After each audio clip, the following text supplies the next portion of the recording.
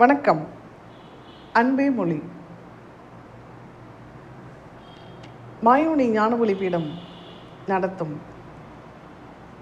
வாராந்திர தொடர் வகுப்புகள் சனிக்கிழமை தோறும் காலை 11 மணியிலிருந்து 12:30 மணி வரைக்கும் நடைபெறும். அன்பே மொழி என்ற பெயரில் அன்பின் தத்துவத்தை உணர்த்தும், அன்பின் மகத்துவத்தை உணர்த்தும் விதமாக இந்த தொடர் வகுப்புகள் அமையும்.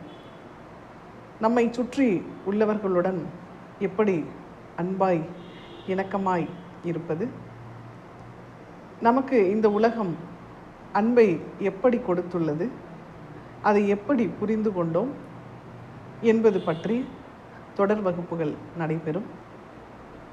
அன்பின் உயர்நிலையை அடைவதற்கான முதல் படியாக இந்த ஒவ்வொரு வகுப்பும் அமையும்.